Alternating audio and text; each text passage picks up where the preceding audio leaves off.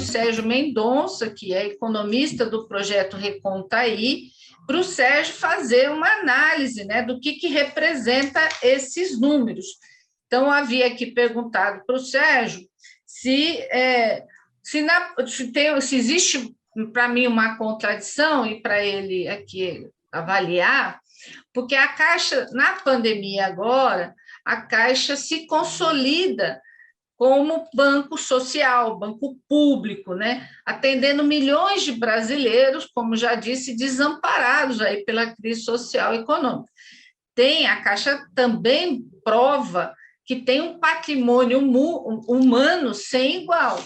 Os bancários da Caixa foram os que ficaram na linha de frente, atendendo essa população, sofrendo pressão da própria população, agoniada para receber, para ter informação da imprensa, com pressão do próprio banco, né, para que cumprisse ali a sua tarefa, com medo, os trabalhadores da Caixa e os prestadores de serviço atuaram com medo da pandemia, com medo de se contaminar, quer dizer, uma situação profundamente difícil que abalou o país e principalmente quem teve que ficar na linha de frente. Por outro lado, tanto a área de tecnologia da Caixa teve que se reinventar, né, que é uma marca da Caixa, né, se reinventar, se superar, criar mecanismos para atender a população, quanto aqueles que ficaram, como eu disse aqui, na linha de frente, e também aqueles mesmos que ficaram em home office, ficaram com processo de cobrança, de meta, de resultado, de venda de produto, de atendimento também muito grande. Então, isso consolida, o processo consolida a Caixa como banco público e mostra, né, prova mais uma vez a capacidade e compromisso dos seus trabalhadores, que merecem, inclusive, por conta disso e da atuação que tem no cotidiano, merecem respeito, dignidade, né, condições dignas de trabalho, de vida, né? Então, precisam ser valorizados por cumprir esse papel para o país, né? Então, Sérgio, eu coloquei isso para dizer o seguinte: se por um lado o banco tem a sua marca mais valorizada ainda pela população, que se mostra sempre contra a sua privatização quando questionada a partir de pesquisas, por outro lado, os números mostram que o banco está diminuindo a sua nas suas operações comerciais, quer dizer, o banco está diminuindo o seu potencial de crédito, o seu potencial de investimento e também se desfazendo de ativos. Outro dia eu fiz um áudio dizendo, olha, eu nunca vi um banco que só vende, né? Ele não compra, não é? Porque o banco vender ativo faz parte da função dele, mas ele compra, ele vende e compra, né? No caso da Caixa, ela vem só se desfazendo de ativos, e eu gostaria de saber de você o seguinte: isso mostra qual a perspectiva, né, para a Caixa aí no futuro, se mantiver essa política de venda de ativos e de diminuição da intervenção dela no mercado bancário, né? É isso. Sérgio, com você. Tá bom, obrigado, Rita. Bom, o que você está apontando é que se essa política continuar, né, de enfraquecimento da Caixa, né, de venda de ativos, a gente sabe que tem devolução dos instrumentos híbridos de capital e dívida, portanto, diminui a capacidade da Caixa emprestar, né, porque diminui o capital da Caixa, e aí, pelas regras de Basileia, ela pode emprestar. E a venda de subsidiárias, como agora a abertura de capital da Caixa Seguridade, que traz o mercado para dentro da Caixa, fazendo exigências de curto prazo, do lucro, etc. Se essa política continuar e não for revertida, num próximo governo, que é o que se espera, a Caixa vai perdendo importância relativa. O que eu estava tentando mostrar, comentar a partir dos números que o Sérgio Lisboa apresentou, é que, apesar de tudo, dos últimos 4 anos, governos Temer e Bolsonaro, terem tido a intenção de reduzir o papel dos bancos públicos, do BB, do BNDES e da Caixa, também dos outros bancos públicos, ainda a Caixa é extremamente importante, né, em termos de participação no mercado, de pessoa física, pelo crédito imobiliário, tem 70% do crédito imobiliário, 27% do crédito de pessoa física no Brasil, é a líder, né? Tem ainda uma importância menor, mas é de 10% nas pessoas jurídicas. E a Caixa, como você falou, não seria possível ter feito uma operação, uma gigantesca operação de pagamento do auxílio emergencial para 68 milhões de pessoas em tão pouco tempo se nós não tivéssemos um banco como a Caixa. Ou seja, a Caixa mostrou mais do que nunca a sua importância, apesar de, desde 2017, estar sendo enfraquecida. E isso é pelo que você falou. Tem uma história, tem um patrimônio de capital humano, de empregados que conhecem a relação com a sociedade, com o povo, né? Já pratica políticas sociais muito relevantes, seguro-desemprego, Bolsa Família, o abono do PIS, ou seja, os empregados da Caixa sabem lidar com o povo e se envolveram fortemente e deram um retorno muito importante para a sociedade brasileira com o auxílio emergencial. Né? Inclusive, como você já fez, eu também queria prestar minha solidariedade a todas as famílias, aqueles que perderam suas vidas, infelizmente, em função dessa pandemia, as famílias, aos amigos dos empregados da Caixa que, infelizmente, partiram nesse momento. Então, a Caixa ainda é muito forte, mas é evidente que ela está sendo enfraquecida. Se ela continuar nessa trajetória, primeiro, ela se fortaleceu, como você falou, em termos de imagem social, mostrou para a população brasileira o que é a Caixa, né? Só ela poderia ter feito o papel, talvez o Banco do Brasil pudesse ter sido acionado também, mas não foi, por opção do governo.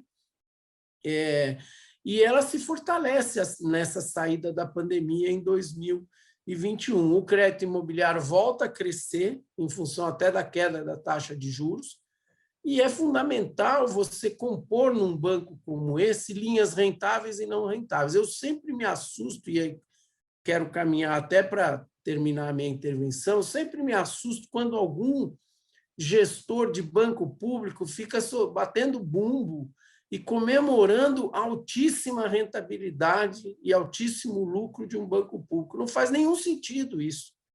Né? Na minha opinião, não faz nenhum sentido. Um banco público não é para ter o máximo de rentabilidade, é para ter rentabilidade, é para ser eficiente, é para ter lucro. Isso a Caixa mostra que tem, os dados que o Sérgio Lisboa trouxe mostram que desde 2003, quase 20 anos, a Caixa tem lucro. E tem um lucro moderado. E agora, mais recentemente, tem um lucro altíssimo em função de quê?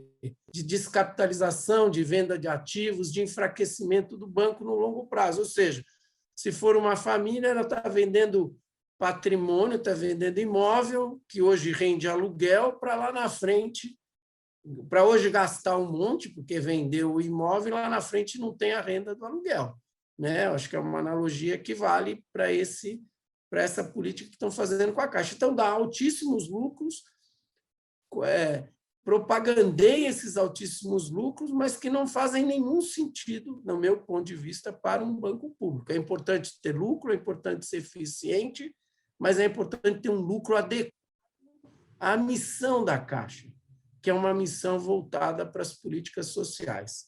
Né? Então, acho que é arriscado. Nós estamos vivendo uma transição.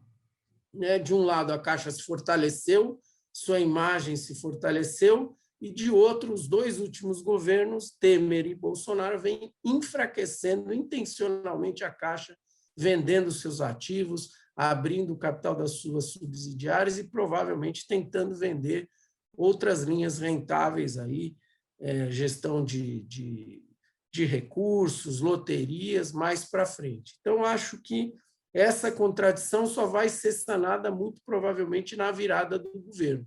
Né? Esperamos que este governo não continue, porque, senão, nós vamos enfraquecer mais ainda, a médio e longo prazo, a Caixa. Ainda com tudo isso, com tudo que aconteceu, ela segue sendo muito importante, tentando responder a seus questionamentos aqui. A Caixa é muito mais que um banco. Lembraria, para terminar, que o Celso Furtado sempre falava que a política habitacional é a mais importante das políticas sociais. Por quê? Porque ela dá um patrimônio para a família do trabalhador e da trabalhadora, que permite a reprodução da vida em condição digna.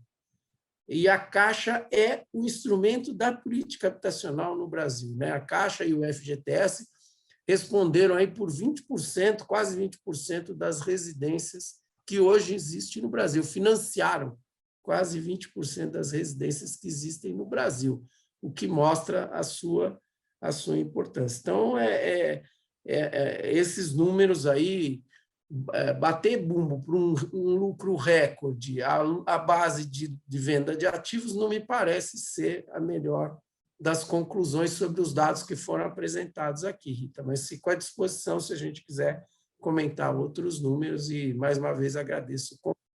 Obrigado. Sérgio, tem mais um detalhe, né? A indústria da construção civil é uma das maiores empregadoras de mão de obra, principalmente da população mais carente. Então, ela não só gera, ela é uma indústria que gera casa, que é algo que todos deveriam ter direito, né? Ter onde morar.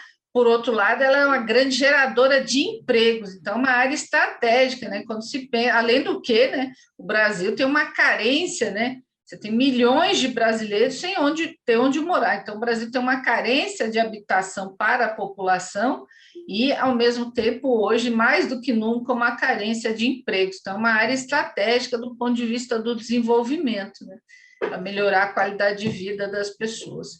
Mas é isso, Serginho, eu quero agradecer vocês aqui hoje, acho que foi um debate bastante rico, e o que fica claro, né, para todo mundo é que essa nossa jornada em defesa, não da Caixa enquanto instituição pública, porque tem um papel fundamental, a gente falou a Caixa mais que um banco, outro dia um colega falou assim, não, o Brasil não precisa de um banco, o Brasil precisa da Caixa e acabou, tá certo? Porque precisa de uma instituição que faça os investimentos com essa capacidade, né, expertise, com esse patrimônio humano, né, que está... Imagina onde é que você arruma um grupo de pessoas tão qualificadas, né, para fazer, como disse aqui, em tempo recorde, esse atendimento aí de milhões de brasileiros, né? Então, é algo que você demora, imagina, uma empresa centenária, então você tem uma cultura já, né, de organização que se reflete nesses momentos de crise, né? Isso sempre, né? A Caixa, ao longo dos anos, vem mostrando isso. Então, é por isso que nossa jornada em defesa de que a Caixa se mantenha pública e também de que o Brasil mantenha o seu patrimônio público, né, é fundamental, porque sem o SUS, sem a Caixa, sem os laboratórios públicos, sem as universidades públicas, com certeza a situação da pandemia hoje, infelizmente, seria pior do que está. Se não houvesse o Butantan, se não houvesse a Fiocruz, né? Como já disse aqui, o SUS, os Correios, que na pandemia aumentou drasticamente por conta do comércio digital, o trabalho de entrega. Então, sem esse patrimônio público, nossa situação estaria pior. Por isso que nossa luta aqui é para defender esse patrimônio contra o processo de privatização que estão ocorrendo. Então, tá bom, gente, obrigado, foi muito bom ter vocês aqui, voltamos aí, vamos depois, aí mais para frente, tentar de novo fazer uma live completa para ver se dá certo. Tá bom, meninos, obrigado, viu? Saiba mais em www.ritaserrano.com.br.